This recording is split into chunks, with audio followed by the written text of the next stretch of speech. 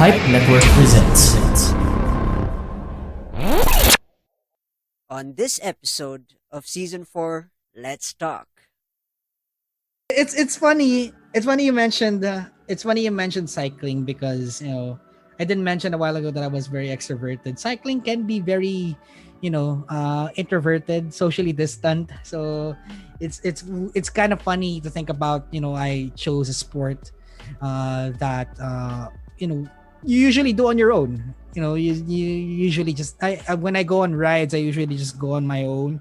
Every now and then, of course, I would have bike buddies I go on rides with, but more often than not, it's really just me on my bike going to various places around the metro or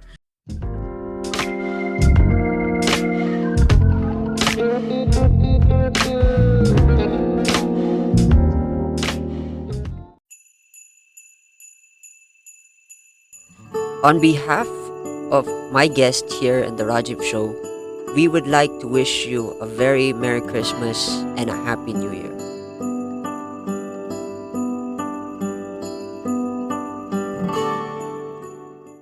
Hey folks, welcome back to another episode of the Rajiv Show. It's been a long time since I've enlisted this next guest, legendary teacher, a legendary podcast teacher. Wow, you can't. It's ironic that it's very hard. It's rare to hear that being said by a host. But podcast that is a teacher, very very cool, very millennial, and one of the coolest intros in his podcast, which he's gonna talk about later on. Interesting beyond measures. Um, what else can I add to this golden introduction? Well, let me just introduce my guest today, Jay-em Estrella, the teacher of all teachers. Hey pal, how you doing? hey, thank you, Raj. Thank you for having me on your show. You're too kind with your introduction, but I appreciate it. Thank you for having me. Yeah, to be honest, I was actually running out of words to add on to that conversation, to add on to that introduction. So I was just wondering, what Yeah, I else? mean, you definitely got the thesaurus out and then just gave out all the adjectives that you could give. Yeah, basically the thesaurus is saying no more. We're done. So this has been long. This has been a long time planned, and yeah, I'm glad to have you here, and it's going to be an interesting conversation Yeah, because you have a yeah. lot of stuff interesting to talk about. But before we get into the conversation, of course, my listeners want to know who are you. So could you give a little bit of background about yourself?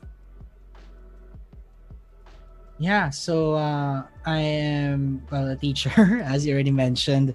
I teach science in high school, and I'm also the host of the Pisara Tales, which is a podcast on education where I talk about the things that I learn, some the stuff that I hear about on the news with regards to education here in the Philippines. I also have guests, former teachers, colleagues, peers, and yeah, I'm pretty much just that, a teacher, a millennial teacher.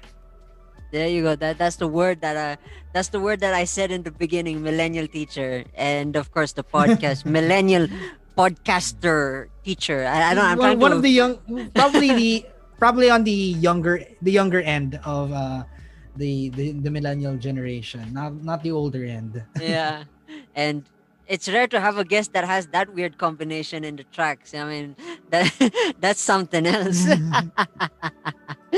So, of course, before we start this conversation, I'm sure you've also, apparently, I remember someone tagged me on one of our group conversations where you asked the same question that I asked to a guest of yours, and I had to point you out on Yeah, that because, so of course, I'm going to ask that question not to you. intentionally, not intentionally, but I only realized that when I listened to a few of your episodes, and then great.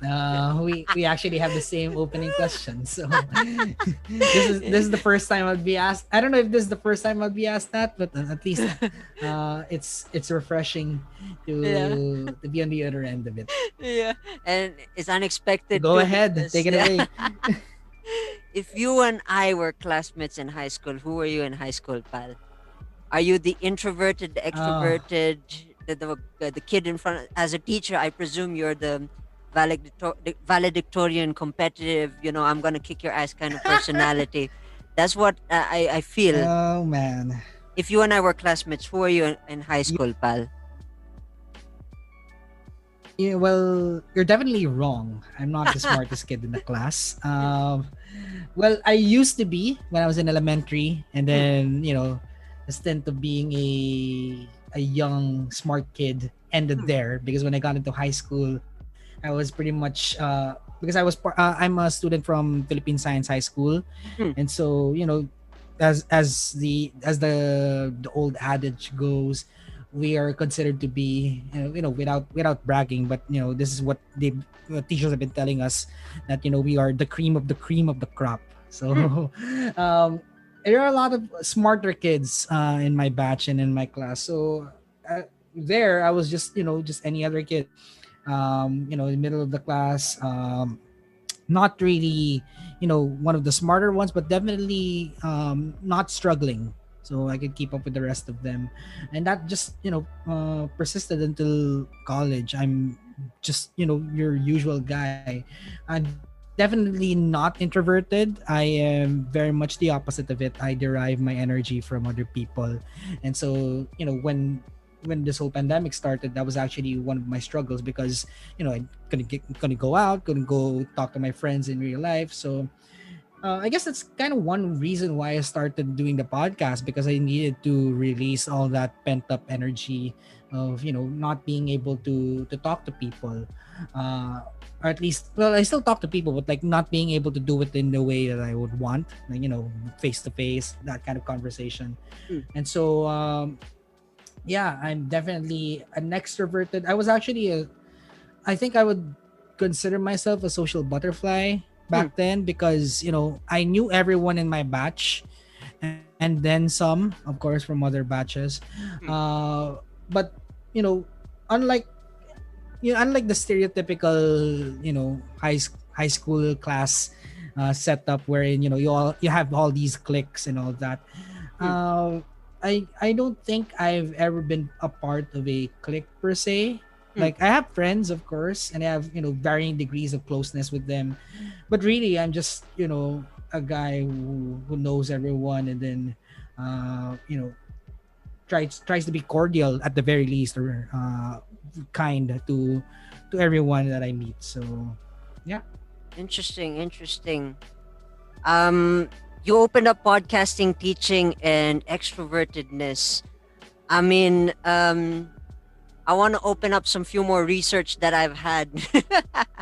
You're a cyclist. One Oh, thing. here we go. You're a Yeah. cyclist, and uh mhm. you, me, and Roma Miklat, the legendary Roma Miklat. Shout out to her. We have that three Yeah. things in common, and I'm sure I've already shared my story, my behalf, my experience. I mean, if you Right. for those who are not who don't know, JM, the teacher, my guest, the legend, my teacher and the guest. Sorry, I supposed to, I forgot the first word. Uh, is a cyclist, and try. It's nice that you're keeping yourself healthy in crazy times, especially in isolation. And I think Yeah. that's the one aside from, of course, podcasting.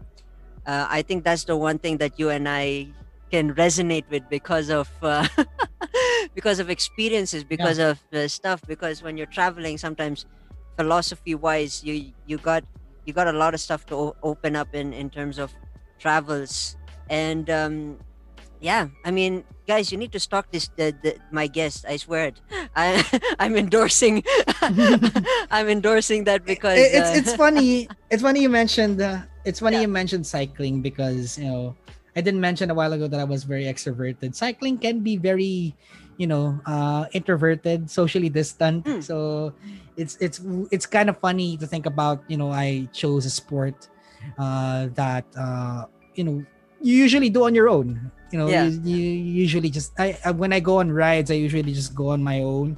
Every now and then, of course, I would have bike buddies. I go on rides with, but more often than not, it's really just me on my bike going to various places around the metro, or I live in Pasig, and we're actually in like near the border with Rizal. Yeah. So in Rizal there are a lot of mountains that mountainous paths. So there's a lot of slopes, mga tawag natin sa Tagalog, mga ahon, mga ganun. Interesting. So it's really nice biking up. Yeah, it's really nice biking up to the mountains. Just 2 days ago, even when it was raining, I actually took my I built a new bike. Well, built is a strong word. It's more of like it's already a complete bike, but I upgraded some parts with it that I bought. So Interesting. I took that baby for a spin. Even if it was raining, it was like before my shift at work.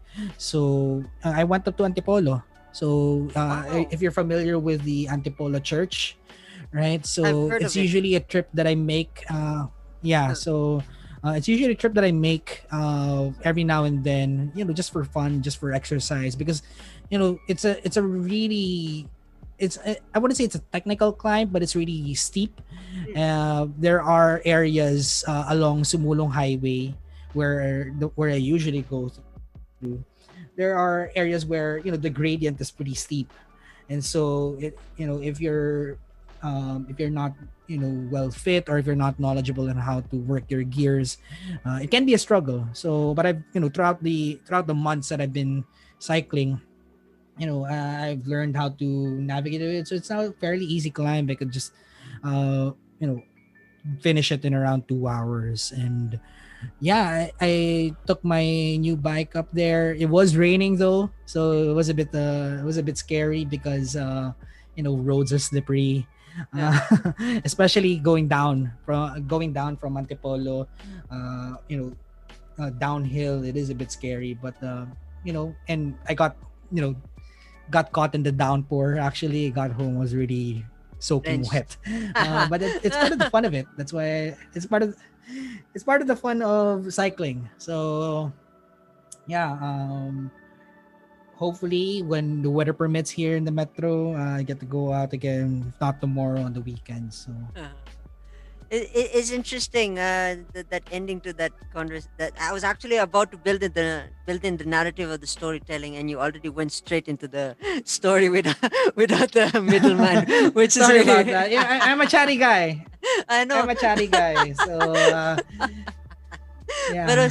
that's interesting. That I felt like you took me on a ride. I mean, I know I don't know where I was sitting, probably behind the wheel, but I felt like I was there in your journey. And that ending, that resolution to your ending, was kind of like an interesting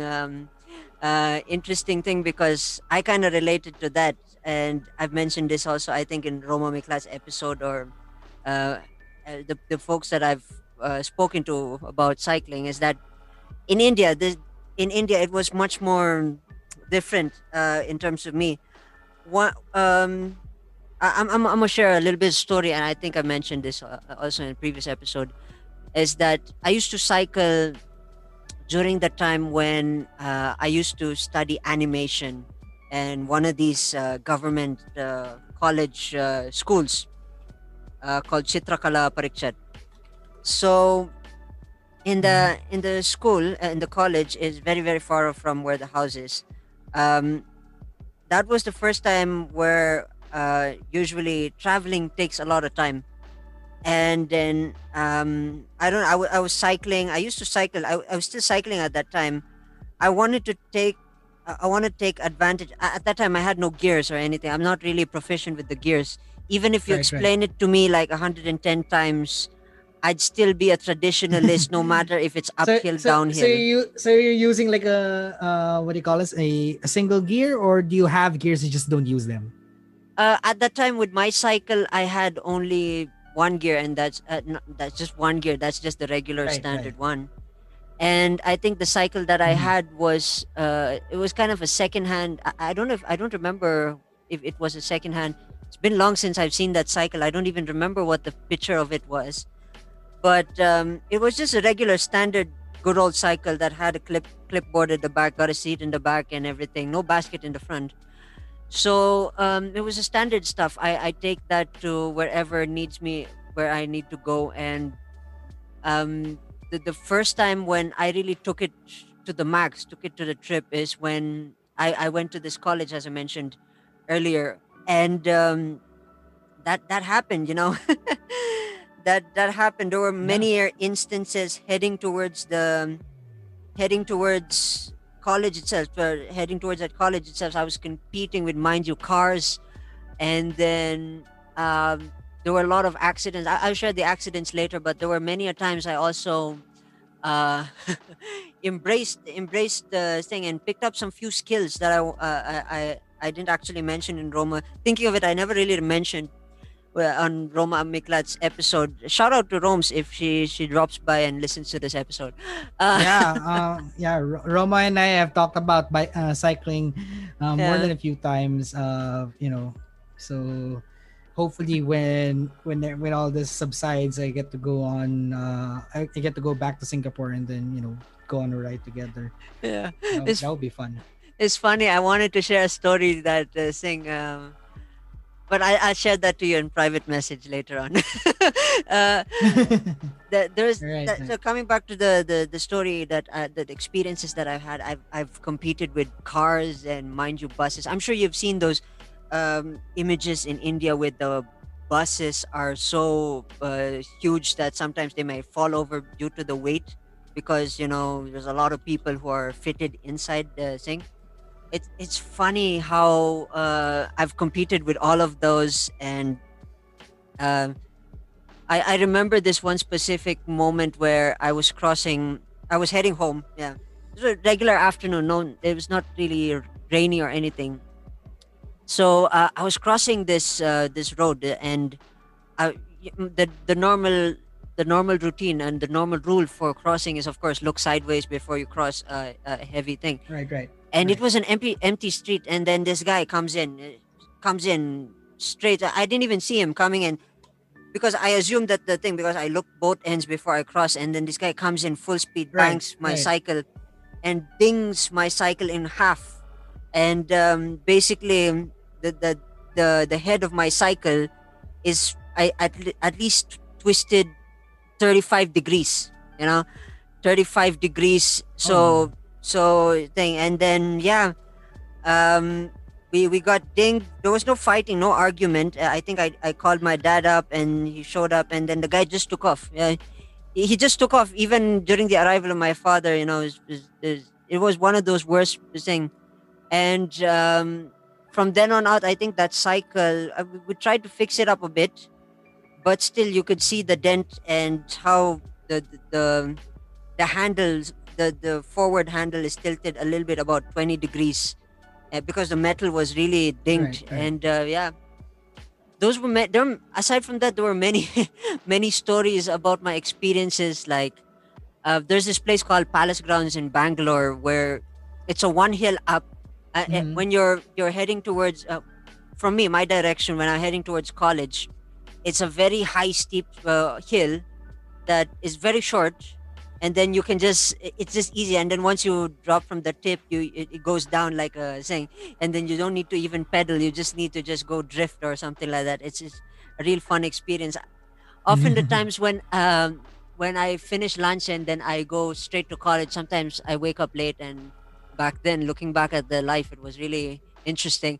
uh, and I really dreaded that part of the trip, because mostly at that time I take my cycle to the left side, because the roads is the cars that are going forward are on the left side of the road. And then Right. the people who are coming You towards you, drive on the wrong side of the road. yeah, I mean, aside from the cars, I think the system is also is different, because they follow the British Right. system. Right.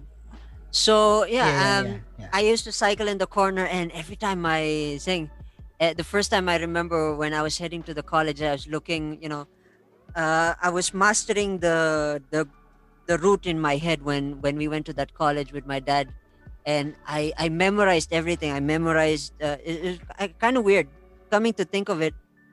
Anytime I'm in a car or something, it's like I built this Google map of images in my head that paints this entire image of where I want to go, and it's really interesting where if you and I have a coffee in Baguio or anything of that case, and then you're nearby a specific area, the first question that I ask is landmark, so that I build the Google thing in my Yeah. head.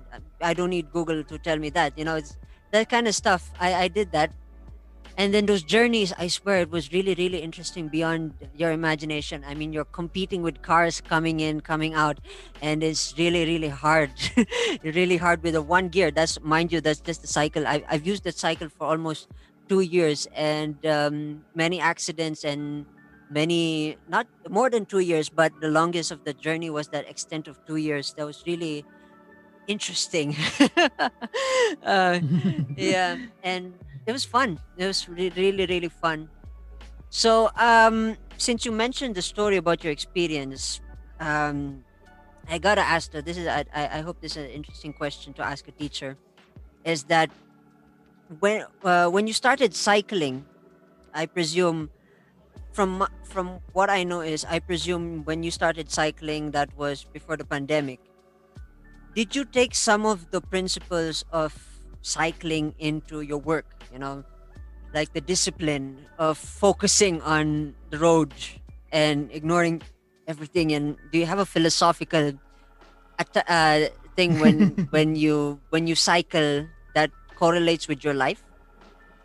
Kind of self improvement style Well, question. first, right, right. First of all, I actually never cycled before this pandemic. I mean, I know how to ride a bike. I've Yeah. learned ever since I was a kid. Huh. But cycling, like going out, for commutes or for leisure, I've never really started that until last year. When we were on lockdown, Mm. and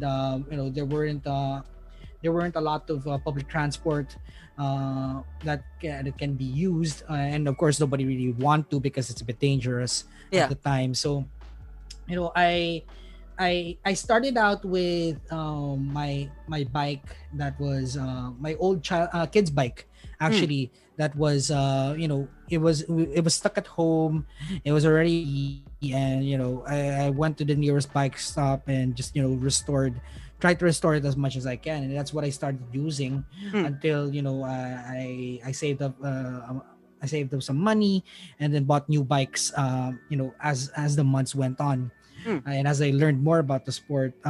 In terms of philosophical views, um, I don't really, I don't really go philosophical when I go on rides. I mean, for me, the reason why I go on bike rides is because it's my way of distressing.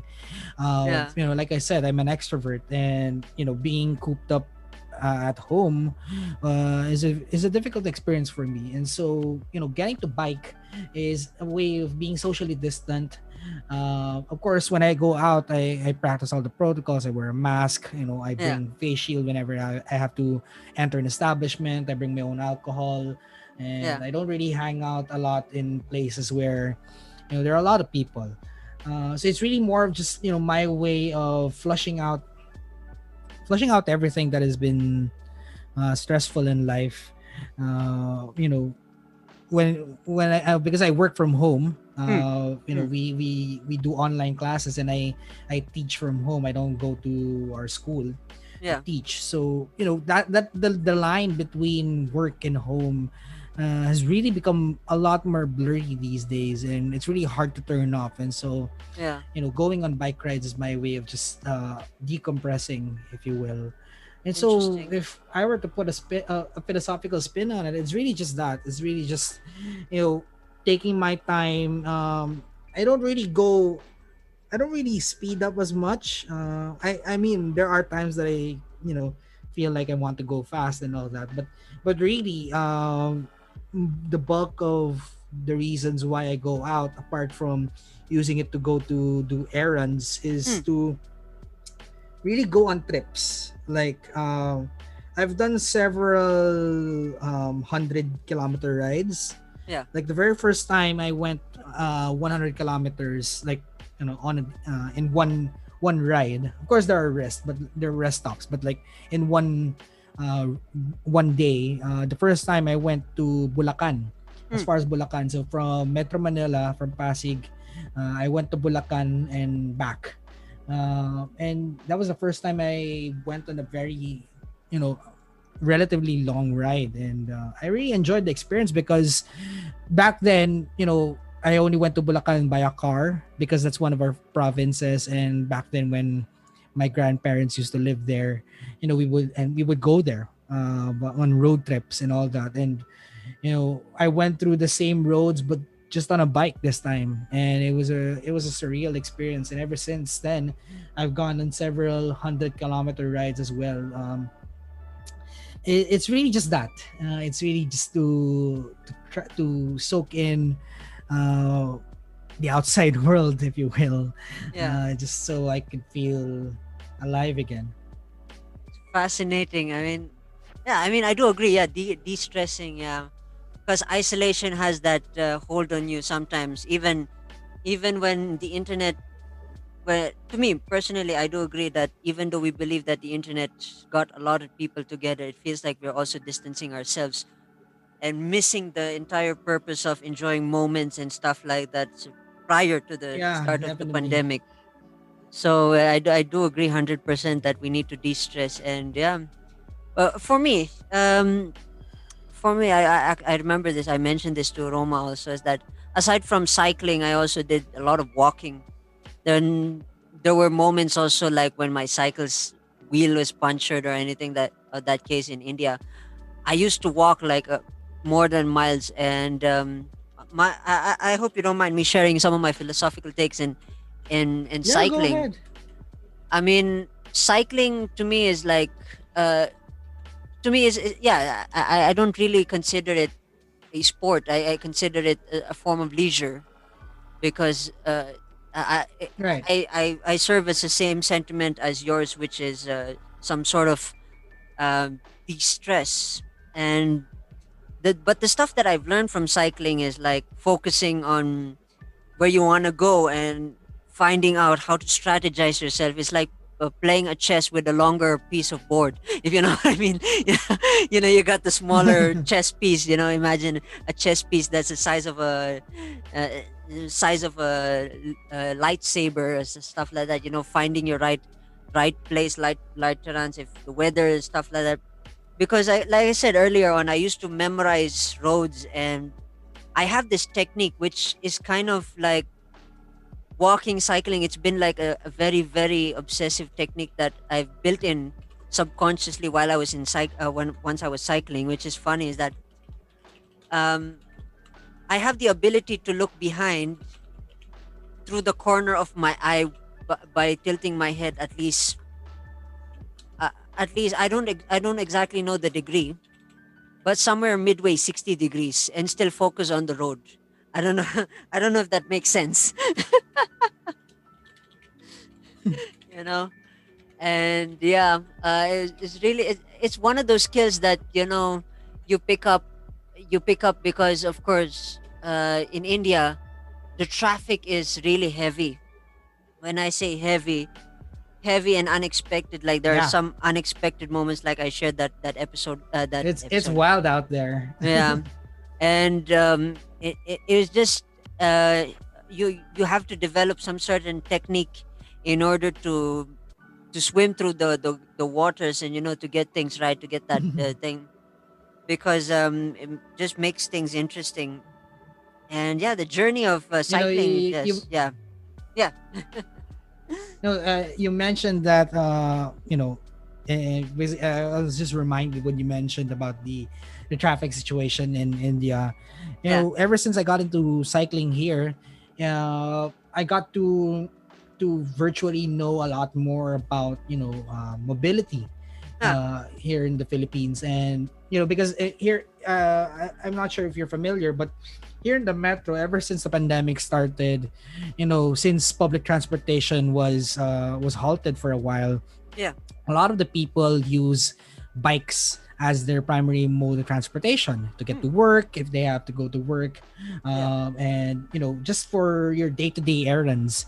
It really became, you know, I mean, there were already a lot of bikers here in the Philippines, but I think this pandemic exposed how much it is actually better to have roads that cater to not just cars, but you know, pedestrians and cyclists and all that. And so, you know, when I got into cycling, it's not just the fun side and the technical side. I also got to know a lot more about the policy side, the societal, the society side, where you know, it's a public good. Hmm. It's you know, streets are better with a lot when it's focused more on pedestrians and cyclists. You know, I follow a lot of uh, mobility advocates, transport advocates, who really push for, you know, better bike lanes, better infrastructure. By the way, I'm sorry if you could hear background noise. It just started to downpour again Oh boy. here. Yeah. But like, No worries. yeah. But like I was mentioning, yeah. Can you hear it? Is it Yeah. bad? It feels like I'm in an Yeah, yeah. ASMR episode, so I don't mind. This is normal to me. Yeah, it's been raining for the past few days. But like I was saying, you know, you get to know that for not for a lot of people, biking isn't just leisure. Yeah. It's Yeah. not just like, you know, for you and I, we cycle for fun, you know, for exercise. For some, it's really their only way of getting from point A to point B. True. True. And you know, I also got to immerse myself in that world of, you know, fighting for better infrastructure for those who don't really have cars. Yeah. So you know, it helped me to understand society a bit more, if you will. It's not just for fun, it's not just for working out, it's also for fighting for a common good, a public good. Yeah. I mean, as a cyclist, to me, I presume that the same sentiments is that, cycle. I don't know. This became like an entire conversation about cycles and cycle movement. Yeah, yeah. It's like You know, it's I don't like really get to talk a lot about this yeah, because, of course, I do a podcast on education, and yeah, those two things couldn't be, you know, further from each other. yeah. So, yeah, I guess It, all it, the pent up ideas and thoughts just came out today. So, yeah, I mean, it was a good thing that I did my further research, if you know what I mean, when it came to that, when it came to cycling, because I mean, to me, like I said, like cycling is more than it is leisure to one side, but it's more to life than it is.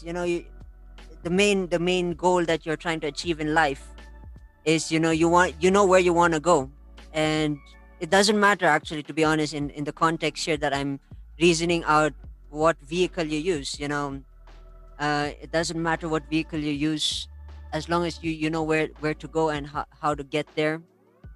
And then you have the vision in your head, and at the most, the toughest instrument, the toughest vehicle, like I said, is the cycle, especially because the cycle, may it be, I don't I'm a weird cookie for saying this, but I don't know how I actually, I'm gonna see how this is gonna pan out. But uh, my philosophy of cycling is, it is the flimsiest vehicle that gets you from point A to point B, but it's the most creative vehicle that gets you there. If you think about it, I don't know how you're gonna see this. The way I see it is that, it, the way the instrument, I mean to say, the way the vehicle is so creatively flimsy yet creative, is that you can take that anywhere. You can park that anywhere. You can do anything you want. And then, yeah, if there are some tiny spaces that you need, like I said, if you're heading to a specific goal, and then the entire road is like the entire road is preoccupied, and then you need to find a way to get through point A to point B. You can take the cycle and take it to a different dimension. Like I said, you can squeeze into smaller spaces. Imagine a car trying to do that, and those kind of tiny details, the creative things. I mean, prior to squeezing into tiny alleys, there are a lot of stuff that a cycle can provide to you and gives you health as well. So yeah, I don't know. That was not me farting. There was a vehicle that was also traveling from my end. My bad. So yeah, But yeah, you're right. With the whole idea of getting into alleys, I found it very convenient on a bike. So and I actually got to go to places where I want to normally go. yeah, So I think we could look at it that way, that you know cycling is just like life, where you there are many paths to go to where we need to go.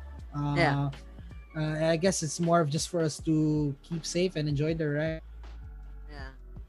And yeah, I mean, I love this conversation. I mean, I'm glad.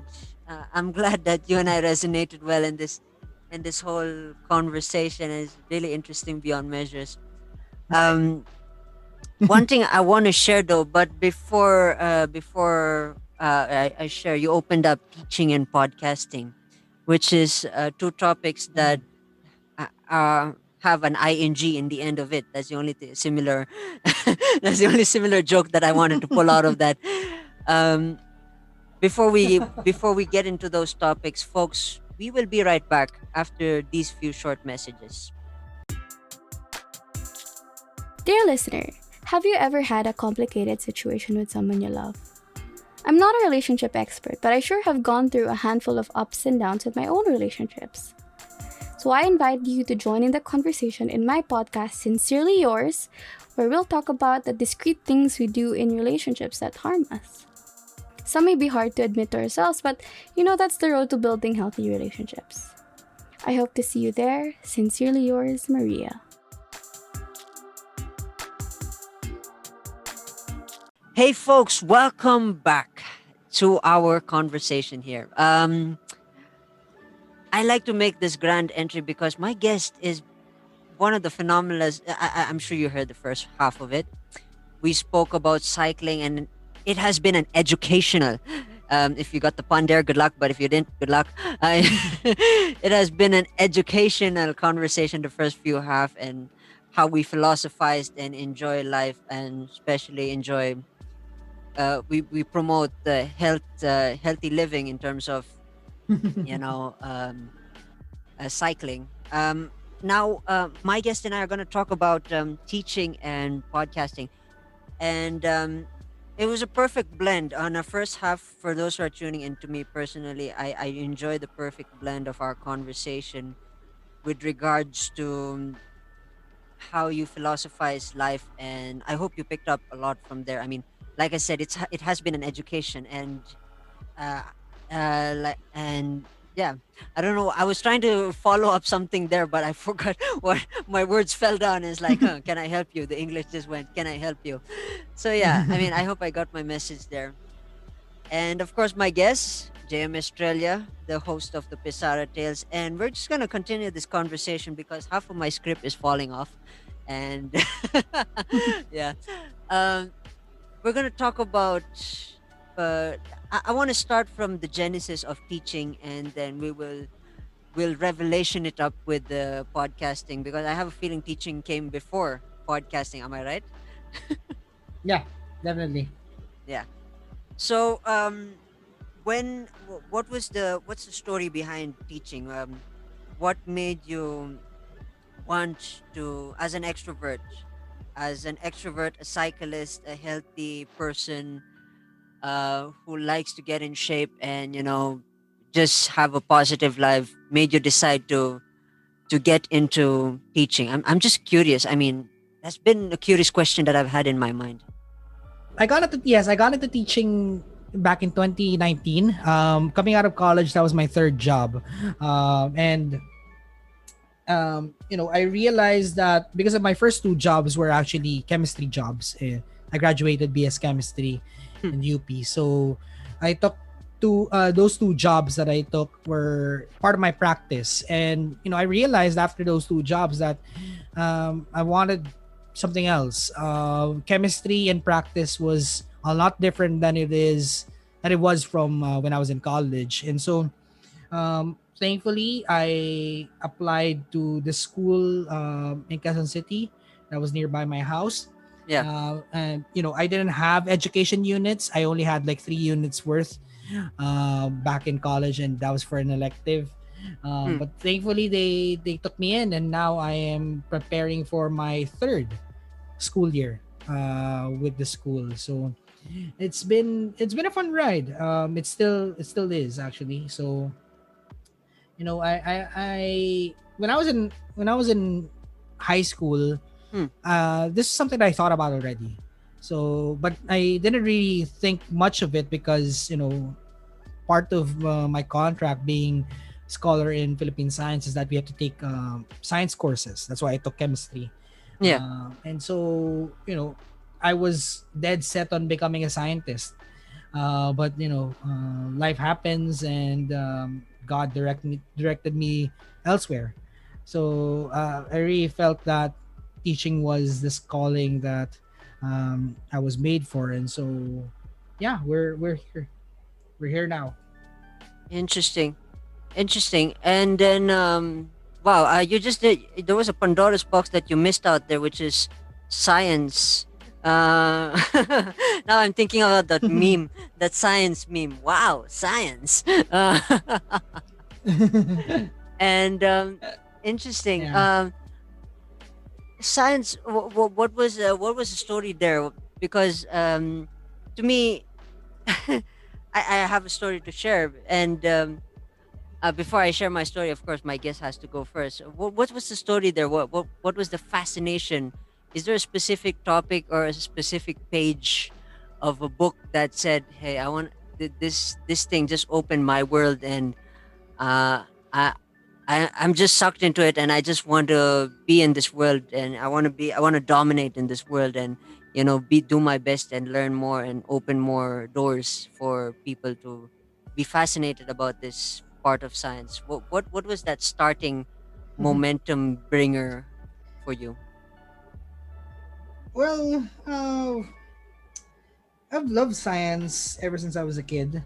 Hmm. I guess I was just made for it. I excelled when I was in elementary. I excelled in all the subjects, but particularly in science and math. I guess my mind was just analytical in that sense. I mean, uh, my dad finished engineering, although he didn't become an engineer, but he did finish electrical engineering, Hmm. and my mom finished commerce. So that whole math and science background is really in my DNA, I guess. So when I was growing up, I was interested in anything science, uh, all the fields actually.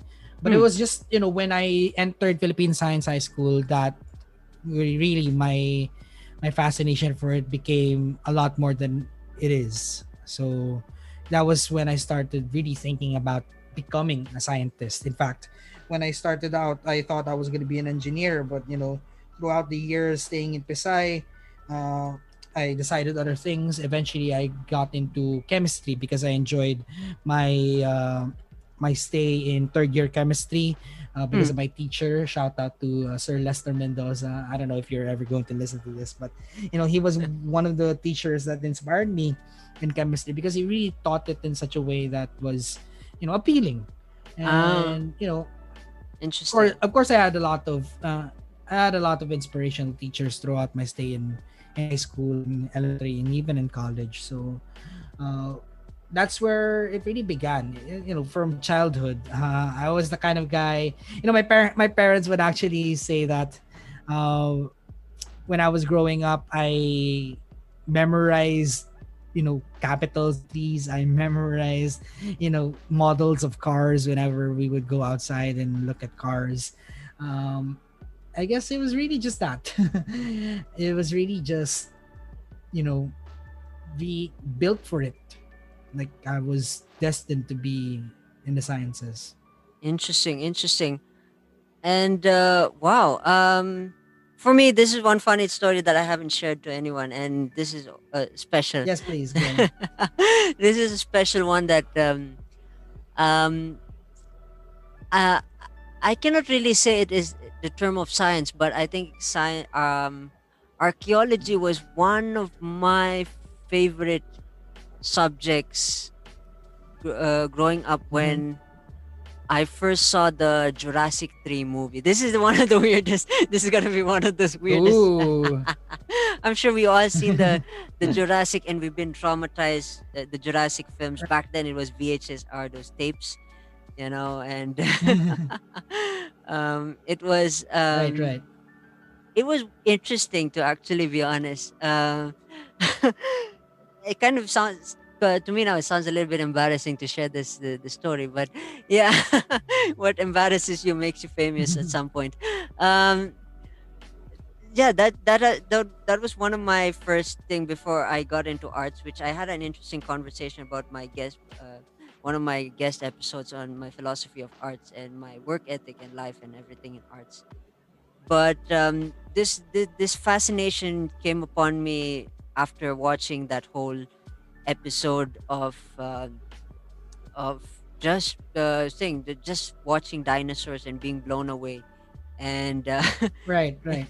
it was actually funny. Is like there were those nights where, of course, you wake up in the middle of the night thinking a T-Rex will come and visit you in the middle of the night, and because that was like one of those scariest. Like imagine a child, imagine around 5 or 6 years old, give or take tops. Um, you know, getting getting to watch this and then evolve, see the thing evolve around your imagination and takes your imagination to a whole new level. And it's just that was my fascination at first. And then eventually some of us learned how to grow up and we needed to we need to uh, probably serious it up a bit. So of course, that was the first thing that I really wanted to actually pursue. To be honest, that was one of the things. And then, yeah, I mean, eh, yeah, like I said, you heard it first, folks, from here, from the Rajiv show. I really had a fascination for dinosaurs. And I have a feeling by now they've already discovered every single dinosaur that I wish I would have been there to sing, because it's a strange Maybe not, fascination. but It's a strange fascination ever since Jurassic Park. The child's imagination sometimes takes it to a whole new level. Sometimes it's so unrealistic, but then some certain things that are unrealistic makes life much more easy, much more interesting to pursue. I don't know if that makes sense, but yeah, that's my philosophy. That's my philosophical take on it. So yeah. right, right. Yeah, definitely. And yeah, I mean, teaching, I love it. Teaching is shout out to all the teachers who are tuning in and who are pursuing Yes, this, definitely. because teaching for me my personal take. I mean, I don't know how you're going to take this, hopefully not in a saying, because I have a feeling having a conversation with you on different takes on education is a bit debatable, because we both have different insights. um No, I, it's I, fine. It's fine. I find certain things about education a little bit flimsy, um, and I do believe that I think I don't know if I had a conversation with people, but I do believe that the system of education really needs to upgrade itself, just like Zoom, just like your phone, just like every single thing. And uh, I was uh, I'm glad at least that the pandemic gave something good to the educational systems in terms of adaptabilities and stuff like that, which is really really interesting. It's just that I guess my take my take, so don't take this as a wrong way. My take on education is that for me personally, I think you know my story. I'm a dropout. So uh, Right. a dropout from high school because I could not cope up with the certain standards that saying I didn't really know how to define my education and all the learnings that I've spent, and that is one of those takes that I often question. What is it that education lacks? That saying, and I have a feeling it's just that I think it's somewhere to me from my perspective of it is more on um, something's got to give in terms of how the educational system is, or uh, there are certain solutions that are not spread out are not spread out to the majority of learners, like special educations for certain learners like visual learners and stuff like that, multi intelligent learners. Because oftentimes I really Right. like Right. I really carry that burden with me, like I carry that cross with me every time every time I think of the word education. It's more like the connotation, or the word that grinds my bones is the thought about being money minded, and how universities are you know taking charge of certain things, adding price tags to every single thing that a child does, and then at the end of the day the child goes out to the real world and realizes that um, realizes and then has that negative impact. Oh, this is you know but that's how, like I said, that's how I experienced it. I'm not speaking on behalf of thing. I'm pro education. I love to learn, and I think the only learning No, ways, yeah. like for me my way of learning, if you don't mind me sharing, is that oftentimes I want to share this. Actually, I don't know if I did. um Right, uh please. this is a same this is the thing that I do. I don't This is a weird, this is, like I said, this is what defines me as a weird cookie, is that uh it's funny, looking back at my college classes and all these other things that I've done in college. I often get disappointed about the learning that I have, especially in music school. It's really really weird. um it's really really weird to for me, because there are times where um it's like when the pandemic was not existent. I used to walk home. There were times that jeeps, taxi fares and Right. everything used to be expensive. So going back home is either, for me personally, is either just walking from Baguio all the way to La Trinidad. It's kind of like my therapy. And I do a lot of thinking, so I put my head down and do a lot of thinking. And it's funny, there are those certain moments in the learning part of it, is that I suddenly get educated about the things that I wish I should have answered at that time. I'm only answering it in delay. I don't know if it makes sense. you Right. know Well, and if I may, yeah, yeah, if I may. yeah. Right. So, first off, I just want to make a comment a while ago when you mentioned the pandemic and how it uh, it caused us to be more adaptive and all that. Uh, yes, to some extent, it is. I don't know. It is. I wouldn't. Say, I wouldn't go so far as to say it's a blessing, because it's definitely a horrible thing. But it did expose a lot of faults, Yeah. especially in our education system here in the Philippines. I actually did an episode on that when we talked about the learning crisis. The World Bank actually mentioned that the Philippines is actually having a learning crisis in Mm, education. So you can definitely check out my episode on that. But just to say that it really exposed a lot of the ills, and I don't blame you for having your point of view on education. That you were mentioning something about how conventional or The typical path of being educated, going to school didn't really sit well with you, and that's perfectly fine because Yeah. education is multifaceted. It's not just being in a classroom and learning things from the classroom. In fact, there are a lot of people who learn a lot more from outside the classroom than inside. Yeah. But at the same time, I think that is what you're experiencing or what you experience. I think that's more indicative of the education system that you might have experienced when you were growing up, Yeah. that you were exposed to a system where the goal of education was not to produce educated people, but rather to produce educated workers.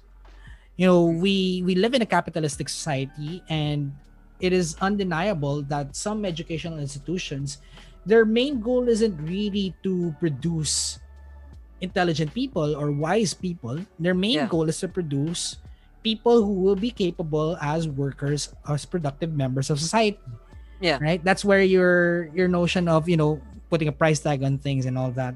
Yeah. Yeah. And of course, the commodification of education is a whole other thing that we might not have time for to talk about. Yeah. Going back, I think when people, when I hear these kinds of stories of people who don't finish their formal education and still doing fine, of course I'm happy for them. But at the Mm. same time, I think it's something that should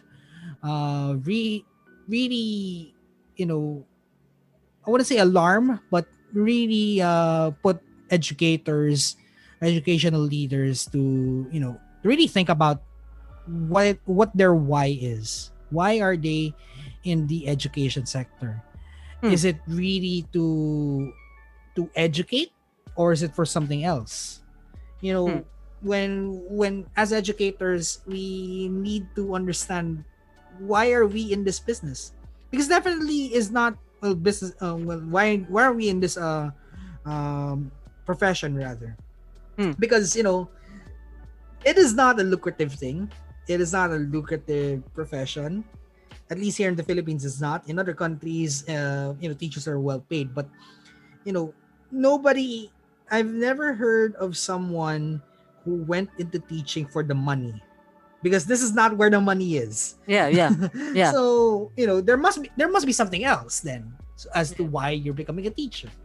And you know we as educators, we have to constantly reflect on the actions that we make, on the policies that we hold, all the things that we do inside and outside the classroom, that because that is one of my fears. one Hmm. one of my fears as an educator is having a student go through my class, and then at the end of the day, um feeling like they don't want to learn. Like, I get if they're having a hard time understanding, say the topics that I talked about in science. Yeah. Nobody really gets it. Not everyone gets it the first time. Yeah. But I would be damned if a student passes through me, and then at the end of the day or at the end of the school year, they realize that they don't want to go to school. Because I do my best to not just make not just to teach these kids, but to make it an enjoyable process for them. Hmm. Because everybody deserves to have quality education. Everybody deserves to learn, right? Hmm. It is not just to learn what 1 plus 1 is, but it's also to understand more about life. Whenever I teach, it's not just simply talking about scientific facts. I try to apply it in daily life. Why are they going to learn about the mitochondria? Why are they going to learn about chemistry? Why are they going to learn about physics, or what have you? you know it's not just, I tell my students this at the start of every school year. My goal is not to make scientists out of you, but Hmm. my goal is to equip you with the skills to become better members of society. What are those skills? Critical thinking, Hmm. having being analytical of everything that is around you, being understanding how to apply the skills that we teach in class into your daily lives. It's more than just the facts.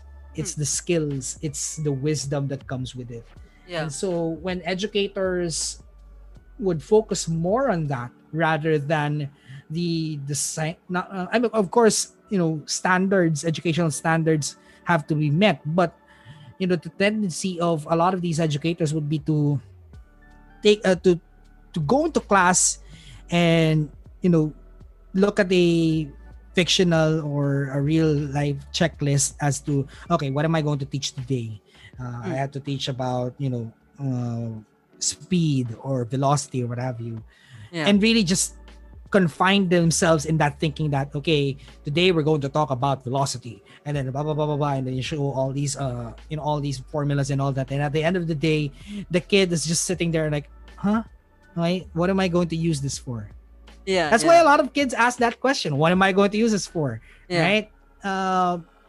It's more than just the velocity. Of course, we're teaching you how to solve problems. We're teaching you how to understand, why cars go vroom. Yeah.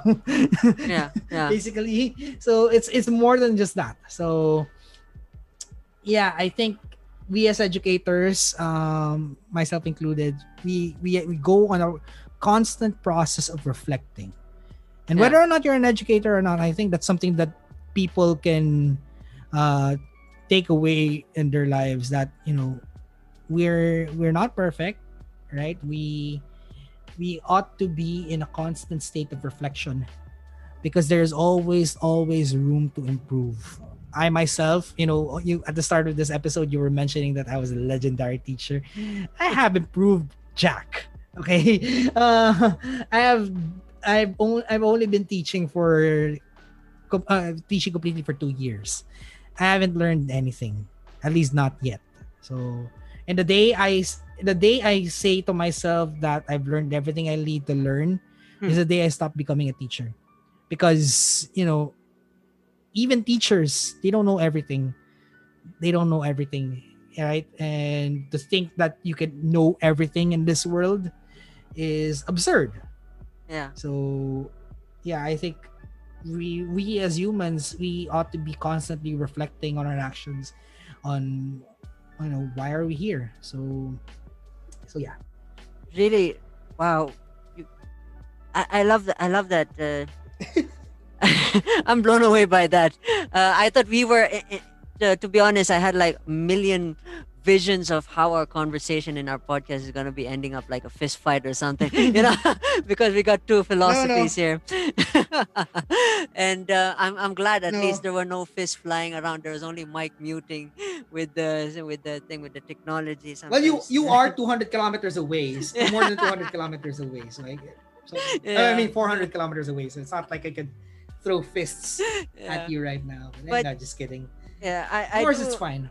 I do agree with all the things that you said. I do agree with saying that the teaching, you teach more to learn about it, and and I really do agree to 100%. Is that they're just like they're to me, like I said, I've seen a lot of teachers who really have who have impacted me. I won't deny it. I mean, I'm sharing this with you because I find it that there are some teachers that I've come across in college who came into the classroom and just blew us all in the water, or just made that impression that yes, they're in it for it. And then you could see, like, 30 years, 20 years, you could see, like, at some point some of them are so tired, and they're just I've made some of my own inspections on how certain teachers teach. There are some teachers who come in, they look tired, and it feels like they're putting that pressure to you now, and they're like, I'm tired, so you gotta be tired, kind of feelings. I'm just putting 100 algebra questions for you to find x, or all that good, all this crazy stuff. And but yeah, I mean, I genuinely love those teachers who really take the take the conversation about the subject matter to a next level. To be honest, I actually want to shout out to a teacher. I forgot his name. Uh, that blew me away. And I remember it, I think our that was yeah, that was my second time taking that subject, which is I think literature in college. If you know who you are, you know that shout out goes to you. And I remember specifically that uh, that that moment where I was just blown away. Like I said, I was just blown out of the water, and I was just there, and I was just there with the moment, and I was just enjoying the moment, and I just said, "Oh man, I love to sit down and have a conversation with this teacher." And I think we even took a Right, right. selfie in the end of the end of the class, because that's how those rare is really a rare example to find those types of teachers, because like I said, high school, if I could compile all the teachers that I met from high school, and from most of them are already exhausted and tired. I don't know what, probably, yeah, something bad at home. They're taking it to school or something like that. I do understand that humanity, uh, that's what makes us perfect, is the imperfectness that we have, is that sometimes we don't expect what the other person is going to do. And that's yeah, but I've said a lot. I've Right. said a lot. And yeah, I mean, No, it's like, fine. It's fine. I felt like I became J.M. Estrella without the glasses for a moment. But yeah, it has been an education. I mean, 2 years in the books. To me personally, 2 years in the books is better than 0 years, because at least you still have the heart for it. You still have the fire in it, and I do believe that some of your students will have that understanding, because I'm sure they will tell their kids that somewhere down the line that I met this cool teacher who is a podcaster. Sorry, not used to be. I mean, who is a podcaster and a teacher, and spoken to a lot of amazing people, especially a legend. Some of my students know. Well, I did tell about my students that I have a podcast, so I don't know if they listen to it, but Yeah. they know that.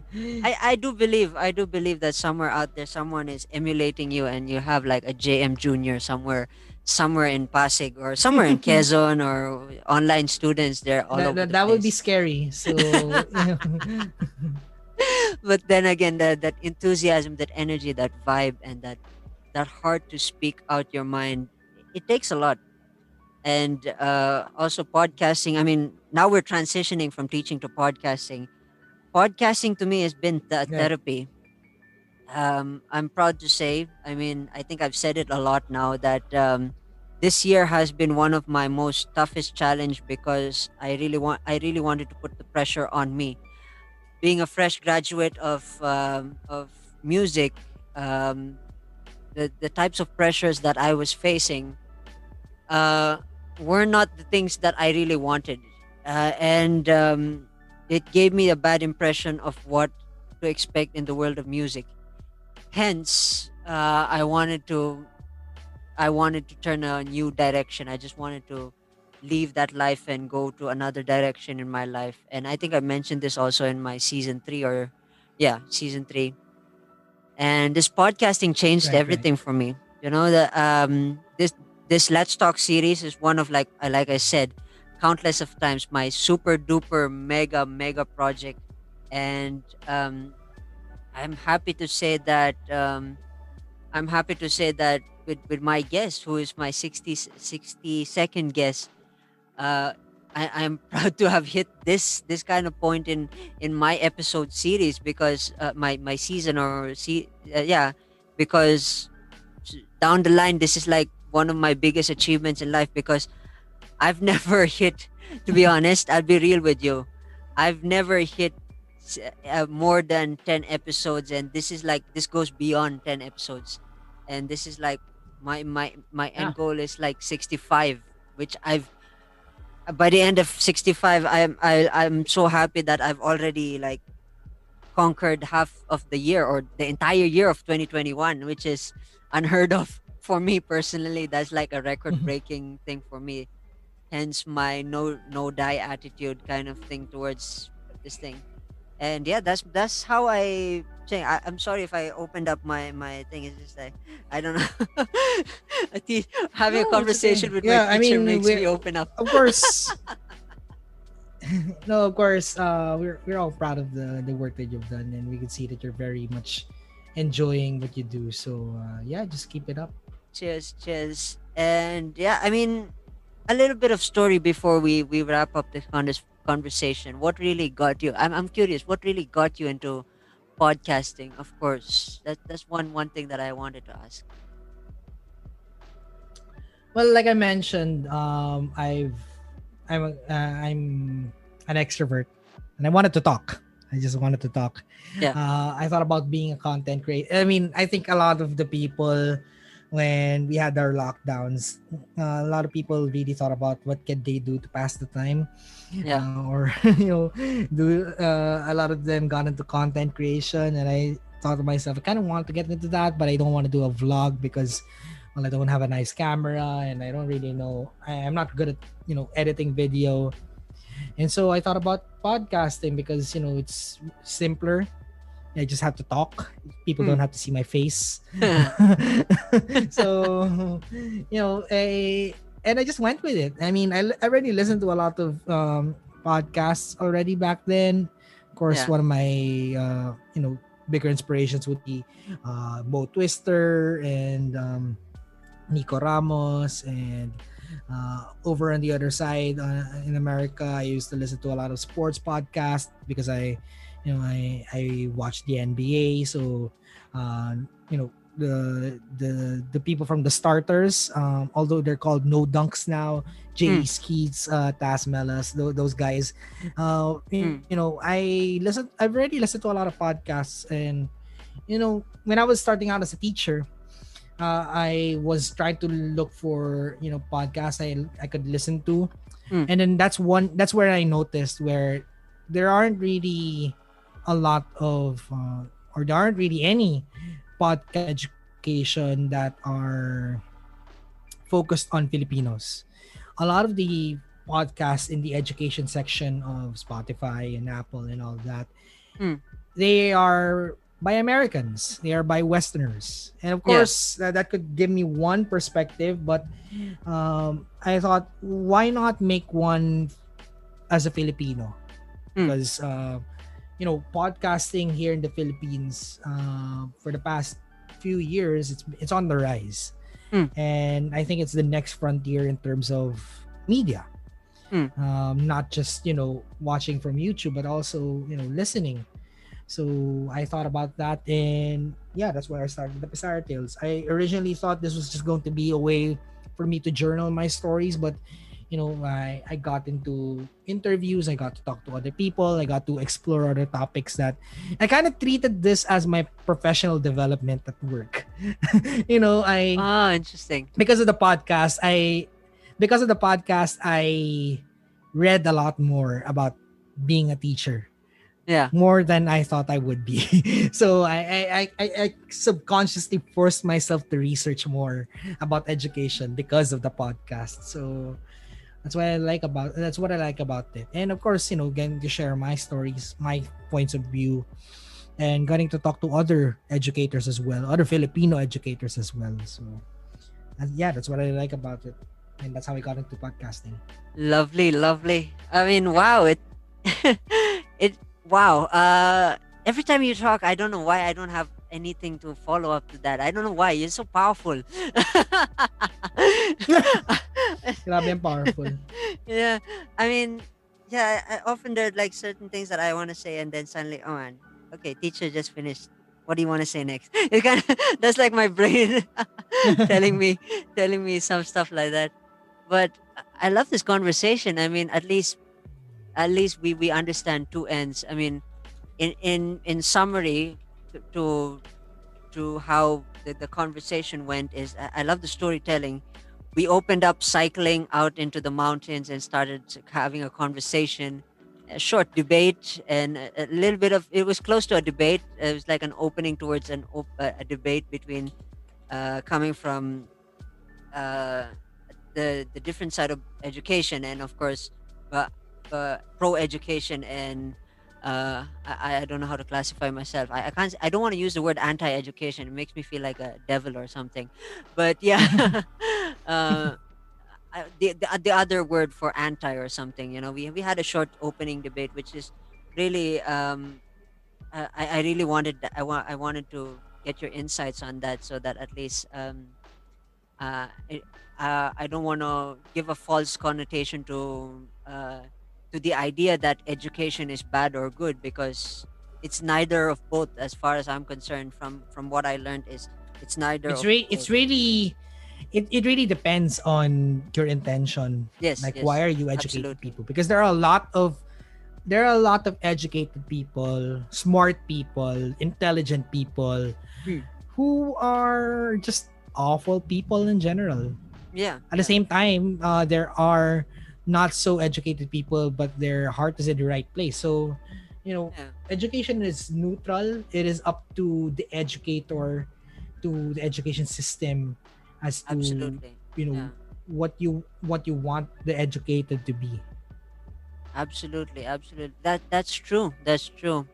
And I mean, I hope that you would put more years into the brackets. I do believe that you'd take science to the next level. For me, from the bottom of my heart, I'm proud of the fact that 2 years in the bag, and there I hope there's gonna be more years in the bag, no matter what happens to the great legendary JM. I'm sure you have more stuff to put into the bag, and more to share, and hopefully open up the world of science and to take it to the next level, which I do believe you will, because in science, I think there's this there I don't know if you agree with me. I think it was Neil deGrasse Tyson who said this, or someone. I don't really know who I'm quoting here. Is that if you think you know more about what you're learning, then you are not yet there. And I'm sure you agree with me on that, because I just do Yeah. not know who said that. It was very, very powerful. I mean, that's the same thing for life. I mean, Didn't I just said it a while ago? yeah, yeah, but there was also someone who said that, actually, who I think Ah, Neil yeah, yeah, deGrasse yeah, of Tyson. course, right, right. Yeah, but I'm just respelling the thing, because what he said was more Americanized, and I cannot really put that American accent into the. Right, right. But yeah, okay, I'll just put an slash JM quotation there. But yeah, I mean, like I said, the love in my heart is with you all the way through to hopefully 20 years. Like I said, I have a feeling you're gonna do Thank you, something brother. Thank you. groundbreaking. I'm sure hopefully, I hope you're gonna do. You're not gonna make the next hydrogen bomb or anything. You just make something No, that I'm is, not yeah. that. I'm not. I don't think I'm that kind of scientist anymore. So Yeah, but yeah, I mean, like I said, more. I do believe that education, for the right people, we need right people to educate people and take them to the next level. And in this conversation, you took it to the next level with Singh, and I'm grateful. I'm grateful. Like I said, like that is one of my that's one. This is actually one of my anticipated conversations of a long, long time. Ever since I met you on the first few years, I think last year, the pandemic, when the pandemic started, and then yeah, I had so many thoughts and different thoughts, and then the outcome of it was actually nice. I thought it was going to be bloodbath, and then hindi na kita bate kind of moments. But yeah. no, you know but one thing I just because I could feel like we're about to close because you're already giving like the the thank you. yeah. One thing I've learned is to you know when I think a lot of people are scared of discourse because they're afraid of offending feelings. Like Yeah. like what you were saying na parang feeling mo baka hindi na tayo magbate after Yeah. our conversation. And Yeah. there are times that discourse can really take a wrong turn, and it is inevitable that sometimes you will definitely disagree with people, True. right? True. Sometimes even to the point of burning bridges. But Yeah. one thing I learned is that before you get to that point, I think conversations, mature discourse, elevated discourse is possible. It is possible to disagree with someone, and then at Still, the end of the conversation, no punches were thrown. yeah, It's possible.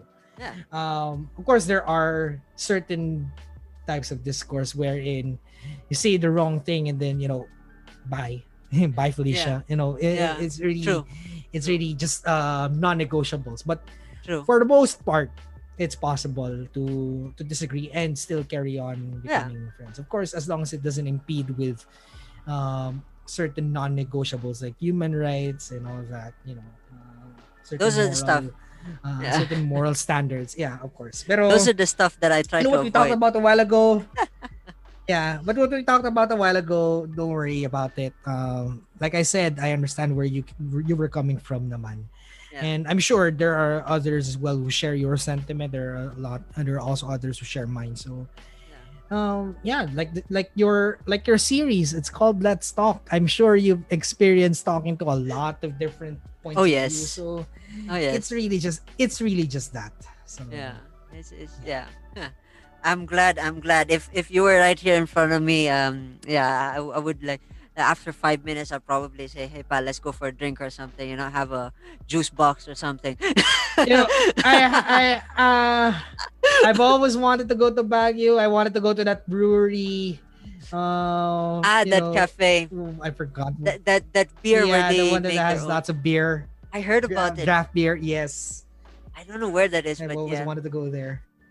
Oh man, we can make that happen. I mean, yeah, live on live on the show, right on this episode, we're already making plans of probably by the release of this episode, the pandemic dies down or something. We've already had the selfie and everything, the suntukan selfie and then the beer selfie. Like holding beers and then just laughing at the next one. I love to have No problem. I love to have a beer with you, pal, and sit down and just download as much as thing. And of course, as always, right before I wrap up the conversation, pal, I know some of my listeners out there would love to connect with you via social media. How will they find you on social media, pal? Right. So they could if they could follow the podcast at the Pisara Tales. So that's the Pisara Pisara Tales, like story tales, like so yeah, just look it up on Facebook, Instagram, Twitter, the usuals. If they want to connect with me personally, uh they could look up my Twitter, I guess. It's my personal Twitter is a bit far from what I say, but it's not Yeah. just education. I talk about a lot of stuff there. At Space Racer on Twitter, at space_racer on Twitter, and at Space Racer Zoom on Instagram. I don't really post a lot on Instagram because I'm not The, I'm you not have a coolest handsome. introduction. Yeah, you have the sexiest introduction. And then you have a sexiest, I gotta admit, you have a sexiest introduction. Then you also have a sexiest Twitter handle. That's something else. That speaks volumes, brother. Space Racer. No, the Space Racer thing. Okay, short story before we go. Yeah. The Space Racer. The reason why see, I told you I have lots of stories. I love you. The Space Racer. The Space Racer moniker. It was actually it actually came from my high school crush when I was in first year. Yeah. I was in because we were assigned tables in one of my classes. Yeah. So we were assigned alphabetically, and so Uh. in one table there are usually two dudes and a girl. Yeah, yeah. So I was in my table. I was in the front row because letter E. So Yeah. alphabetically, I was one of the first ones in front. So I Yeah. was in that table with one of my best friends in high school, and one of my first high school crushes, who is now also my best friend. Yeah. And there was one time the class was so boring, uh, because I was in the rightmost side of the table. So if you Yeah. can imagine like a horizontal table, three students. All right, the girl was in the middle, and then my best friend was in the other side, and then I Yeah. was there. The class was so boring. This was like probably the second to the last or the last class of the day. Yeah. And then my crush was actually my best friend, my crush. For the purposes of the story, my crush, but Yeah. Yeah. you know, we're best friends now. Anyway, she was doodling on my notebook while I was taking down notes. Uh, She was doodling a rocket ship, and she wrote down ah. the word space race, and I thought it was the cutest thing, and I thought, you know, this could be my Twitter handle, and then I never bothered to change it. So it's just that's where space racer comes from. In fact, I took it to heart so much that I like the idea of the space, Yeah. space as in general, Yeah. as the final frontier. My new bike is actually named Tala. So I don't know if you've seen a picture of my new bike. I got it repainted to this beautiful chameleon color. So it's like a mixture of purple Wow. and blue. I can Sorry, imagine. purple and blue. So Yeah. there are sometimes if sunlight hits it at the right angle, you can see that it's purple. Sometimes it's Ooh, blue. So it changes that. Yeah, it's really good. And beautiful. I named it Tala because I don't know if you're familiar with the Filipino word tala. I know the dance Have you moves. heard? Yeah, yeah. So tala is the Filipino word, the original Filipino word for star. Yeah. Yeah. And guess what my last name is? Uh, Estrella. My last name is Oh. Estrella, Oh. which is the Okay. Spanish word for Stars. star. So Nice. yes, Here I am that's it. thinking. Here Thank I. you. It's funny. Here I am thinking that the I'll be Rajiv here all the night. Lotus. Yeah. Doom to this. Oh wait, we need to have that thing there. But yeah, it's funny now. Now it makes sense. Now it makes sense. The star space. I love it. I mean, yeah. Yes. It's funny. Even though as we were wrapping up the conversation, you kind of still connected. I don't know if you noticed is that you've connected the genesis of the conversation and the revelation of the conversation, and you just took it. I mean, I don't know if you understand, but you still connected it, and that's the one thing I love about the Let's Talk series is that unexpected connection changes the whole thing. And like I said, I never really do live research to people because some people don't want to talk about their past. I want them to talk about what they feel what Right, is right. worth put on paper, and then yeah, I mean, this is interesting. This is interesting. Now I know. Your nickname is gonna be changed in Messenger. So yeah, to an icon, because yeah, Star. because now I can relate to that, and I'm sure everybody who knows me in the reason. Let me just unveil it, and I think everybody knows is that my I also want to since you shared the whole concept of their name in corresponds to an object of our universe. My name in translation is actually, if you translate it into Hindi, it actually means oh wow, uh, it actually means You forgot. lotus. It means lotus. So Lotus. yeah, that's Ah, why I if you see. guys could see the So whole yeah, that lotus logo. thing, the lotus is the main. That's the Yes, main thing. yes. So yeah, so that is the yeah. It's really wow. It was like this is like unboxing a lot of stuff. Even towards the end, it's like there was no end. So this is really really fascinating. But yeah, I want to thank you for having this conversation with me, having this heart to heart conversation. I Thank mean, you. Thank you as this well. is Thank you for having me. now I can sleep better tonight knowing that I finally had a conversation without a without a fist fight with the legendary J.em Estrella, J.em Star. Man, that's interesting. That's even much more J.em Star. It's got some star quality in it, if you know what I mean. But yeah, much love to you, pal. Much power, much love, and more Mu- cheers. And like I said, Much love. Yes.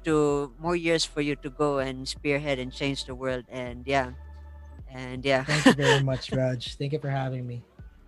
And for those who are tuning in, I hope you learned a thing or two. I mean, this has been educational. No pun intended. Literally, this has been an education with the legend himself. I will see you folks in the next episode.